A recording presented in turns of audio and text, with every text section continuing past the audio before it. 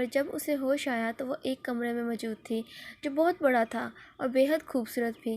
پہلے تو وہ حیران ہوئی اور پھر اپنے سر پر ہاتھ رکھ کر اٹھنے کی کوشش کرنے لگی، جب اچانک کوئی کمرے کا دروازہ کھول کر اندر داخل ہوا۔ وہ کوئی عورت تھی جسے دیکھ کر وانیہ کچھ مطمئن ہوئی۔ میں کہاں پر ہوں؟ یہ کون سی جگہ ہے؟ وانیہ نے یوں ہی بیڈ پر بیٹھے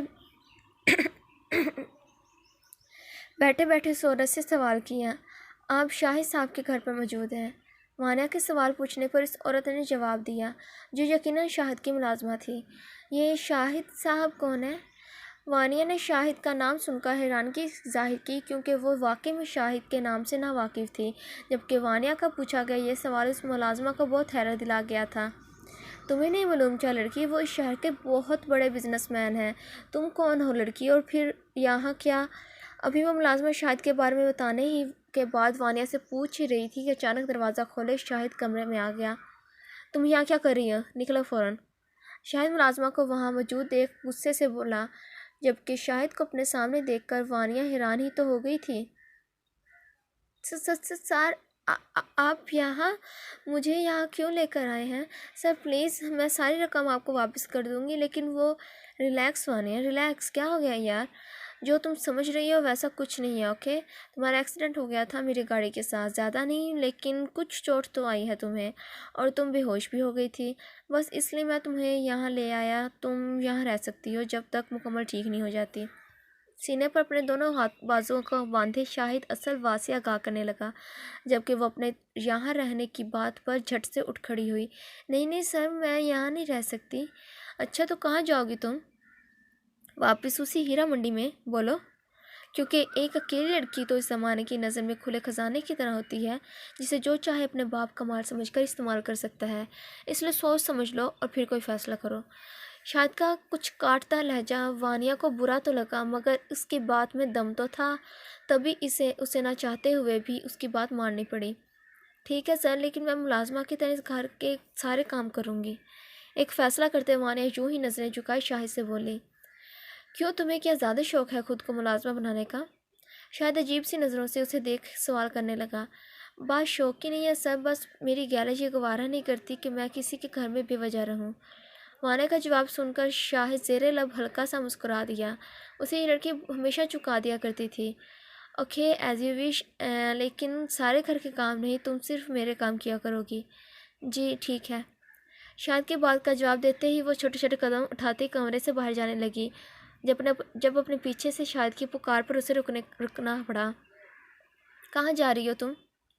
وانیہ کو یوں جاتے دیکھ وہ پوچھے بغیر نہ رہ سکا، جس کی ایک وجہ اس کی پیشانی پر موجود پٹی تھی۔ وہ چاہتا تھا کہ وانیہ کچھ دیر آرام کر لے، تبھی اس سے بول پڑا، کہیں نہیں سر، بس اب سے میرا کام شروع ہو چکا ہے۔ ابھی بھی نظریں جھکائے وہ شاہد سے بولی تھی، وہیں شاہد پھر سے مسکرانے پر مجبور ہو گیا۔ اچھا تو ٹھیک ہے، تم میرے کپڑے نکال دو پھر۔ کون سے کپڑے اور کہاں پر ہے سر وہ؟ شاہد کو ملتے ہی جھٹ سے وہ اس سے پوچھنے لگی۔ وہ وہاں سامنے سلائڈ ڈور موجود ہے، اس کے پیچھے ہی سبھی کپڑے موجود ہیں میرے۔ شاہد کے کہنے پر وانیہ نے اپنی دائیں جانب دیکھا تو حیران رہ گئی۔ اس نے کبھی بھی ایسی چیزیں نہیں دیکھی تھی، اس لیے اسے یہ ڈور کھولنا بھی نہیں آ رہا تھا۔ کافی دیر تک جب وہ کوشش کرتی رہی تو شاہد نے اس کے قریب آ کر پیچھے کھڑے ہوتے وانیہ کے ہاتھ کو اپنے ہاتھ میں پکڑ کر ڈور کو پیچھے کرنا شروع کر دیا۔ اسے ایسے کرتے دیکھ وانیہ کو بہت عجیب سا محسوس ہوا۔ اس کا لمس پا کر وانیہ کو اپنا ہاتھ جلتا محسوس ہو رہا تھا، وہیں اس کی گرم سانسیں وہ اپنی گردن پر محسوس کر رہی تھی، کیونکہ شاہد اس پر جھکا ہوا ڈور کو کھول رہا تھا۔ پہلے تو اس کے دماغ میں شاہد کے لیے برے اندیشے پیدا ہونے لگے۔ اسے شاہد کی نیت پر شک ہوا، مگر پھر وہ اپنی سوچ کو رد کرتی اس بات کو اگنور کر کے ایک ڈریس نکال کے شاہد کے بیڈ پر رکھتی تیزی سے وہاں سے چلی گئی۔ سارا دن وانیہ بغیر آرام کیے بس کام کرتی رہی، اور شام ہوتے ہی وہ شاہد کے کمرے میں جا کر اس کے کمرے کی صفائی کرنے میں مگن ہو گئی۔ مگر اچانک شاہد آفس سے واپس گھر آ گیا اور اپنے کمرے میں داخل ہوتے ہی وہ وانیہ کو وہاں صفائی کرتا دیکھ مسکرانے لگ گیا، جبکہ یہ اس کی فطرت کے برخلاف تھا۔ تمہیں معلوم ہے وانیہ، کسی کی بھی اس گھر میں اتنی ہمت نہیں ہے کہ وہ میرے کمرے میں قدم بھی رکھ سکے، یہاں تک کہ میرے دوست کی بھی۔ لیکن تم میرے روم کی صفائی کر رہی ہو، کیا سزا ہونی چاہیے پھر تمہاری؟ شاہد روشن نظروں کے ساتھ خوفزدہ سی کھڑی وانیہ کو دیکھتے اسے ڈرانے کی کوشش کرنے لگا، جس میں وہ کافی حد تک کامیابی ہو گیا تھا کیونکہ وانیہ کا چہرہ بالکل سفید پڑ چکا تھا۔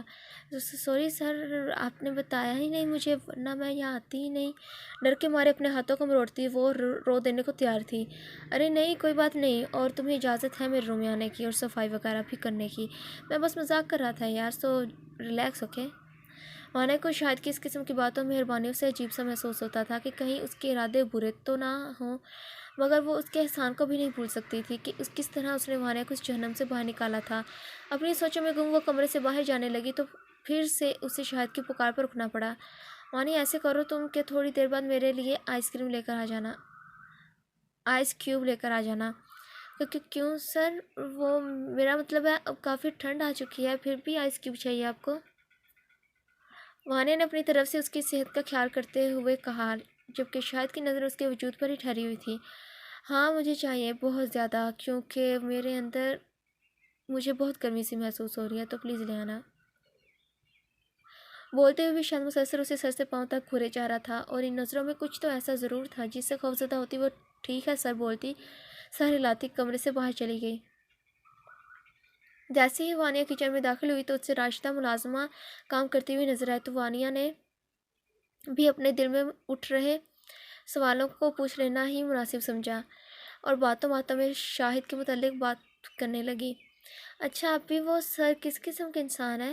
صاحب جی کی بات کر رہی ہو؟ ارے وہ تو بہت ہی سخت قسم کے انسان ہے، ہمارے ساتھ تو ہمیشہ غصے سے ہی بات کرتے ہیں۔ پہلے 1 سال پہلے بہت ہی شرارتی قسم کے ہوتے تھے، ہر وقت ہنساتے رہتے، لیکن پھر پتہ نہیں اس 1 سال میں ایسا کیا ہو گیا جو وہ اتنے سخت قسم کے ہو گئے۔ راشدہ کی کہی یہ باتیں وانیہ کو کافی پرسکون کر گئی تھی، تبھی وہ جلدی سے آئس نکال کر اسے شاہد کے پاس لے جانے کا ٹھان چکی تھی، ورنہ پہلے وہ ایسا کچھ کرنے نہیں والی تھی۔ اچھا چلیں میں برف لے جاؤں، کافی دیر ہو گئی ہے، سر ویٹ کر رہے ہوں گے۔ مطمئن سا ہلکا سا مسکرا کر راشدہ سے کہتی وہ برف کی کیوبز کو ایک باؤل میں ڈال کر جانے لگی۔ کمرے کے قریب پہنچتے ہی اس نے دروازے کو نوک کیا تو شاہد نے اندر آنے کی اجازت دے دی۔ یار جلدی آؤ۔ شاہد کے بلانے پر وہ تیزی سے دروازہ کھول کر کمرے میں آ گئی۔ پورے کمرے میں ہلکی ہلکی سی روشنی پھیلی ہوئی تھی اور ساتھ ہی دھواں بھرا پڑا تھا، کیونکہ شاہد بہت زیادہ اسموکنگ کر رہا تھا اور ساتھ ڈرنک بھی۔ شاہد کا یہ روح وانیہ کو چونکنے پر مجبور کر گیا۔ لے آئی برف، یہ لو گلاس میں ڈال دو اسے۔ وانیہ کو دیکھتے ہی شاہد اس کے سامنے اپنے گلاس کرنے لگا۔ سر آپ یہ اسموکنگ کیوں کرتے ہیں؟ یہ تو بہت بری چیز ہوتی ہے، میرے خالو بھی کرتے تھے، اس لیے یہ اسموکنگ وغیرہ تو برے لوگ کرتے ہیں نا۔ وانیہ نے معصومیت سے شاہد کو دیکھتے اسے آگاہ کرنے کی کوشش کی، جیسے وہ تو انجان ہی اس بات سے۔ اوہ ہو وانیہ، تو اس کا مطلب ہے میں تو بہت برا انسان ہوا، کیونکہ میں تو ہر وقت اسموکنگ کرتا ہوں۔ نشے میں دھت وہ وانیہ سے کہہ کر آخر میں کہہ لگائے ہنسنے لگا۔ ہاں تو سر اس لیے نہ کیا کریں نا آپ اسے، کیونکہ آپ تو بہت اچھے انسان ہیں۔ وانیہ نہیں جانتی تھی کہ وہ کیوں شاہد کو منع کر رہی ہے اور ساتھ اسے اتنا کیسے جاننے لگی کہ وہ ایک اچھا انسان ہے یا نہیں۔ وانیہ تمہیں ابھی 1 دن بھی نہیں ہوا مجھ سے ملے اور یہ بھی اندازہ لگا لیا تم نے کہ میں ایک اچھا انسان ہوں۔ شاید غور سے وانیہ کے چہرے کو دیکھتا اس سے سوال کرنے لگا، جو اب اپنی نظریں جھکائے کھڑی تھی۔ سر انسان کی آنکھیں اس کے اندر کا حال بیان کر دیتی ہیں اور مجھے آپ کی آنکھوں میں صرف اچھائی ہی دکھائی دی۔ اچھا جی، تو دیکھو میری آنکھوں میں اور کیا کیا دکھائی دے رہا ہے تمہیں؟ وانیہ کے بولتے ہی شاہد جھٹ سے اٹھ کھڑا ہوا اور وانیہ کے قریب ہوتے اس کی نظروں میں دیکھنے لگا۔ وہیں اس کے قریب آنے پر وانیہ نے اس کی جانب دیکھا تو اس کی سرخ سوجی ہوئی آنکھوں میں دیکھتے ہی وانیہ نے فوراً اپنی نظریں جھکا لیں۔ پھر سر کبھی بتاؤں گی، اب میں چلتی ہوں۔ شاہد کی آنکھوں سے وہ کافی ڈر چکی تھی، اس لیے وہ اس کمرے سے نکلنے کا سوچنے لگی۔ کہاں جا رہی ہو تم؟ شاہد نے اسے جاتے دیکھا تو تیزی سے بولا، وہ سر رات بہت ہو گئی ہے اور مجھے نیند بھی آ رہی ہے، تو میں راشدہ آپی کے ساتھ سونے جا رہی ہوں۔ بٹ یار اس کا تو کوئی کمرہ ہی نہیں ہے ادھر، وہ تو اپنے گھر بھیج جاتی ہے۔ شاہد نے وانیہ کی معلومات میں اضافہ کیا تو وہ کچھ پریشان سی ہو گئی۔ اوہ اچھا سر، تو پھر کوئی گھر کے ملازمین کے لیے روم تو ہوگا ہی نا؟ بس میں وہاں نو کوئی روم نہیں ہے۔ چلو ایسے کرو، تم میرے جو ساتھ والا روم ہے نا وہاں جا کر سو جاؤ۔ وانیہ کی بات کو درمیان میں ہی کاٹتے شاہد نے اسے مشورے سے نوازا۔ سر میں وہاں تو وانیہ حیرانگی سے پوچھنے لگی، اور کیا کہاں جاؤ گی؟ سو جاؤ۔ اوکے سر، اور شکریہ آپ کا۔ شاہد کے پھر سے کہنے پر وانیہ اس کا شکریہ ادا کرتی کمرے سے نکل گئی۔ وہیں شاہد اسے جاتا دیکھ مسکرانے لگ گیا۔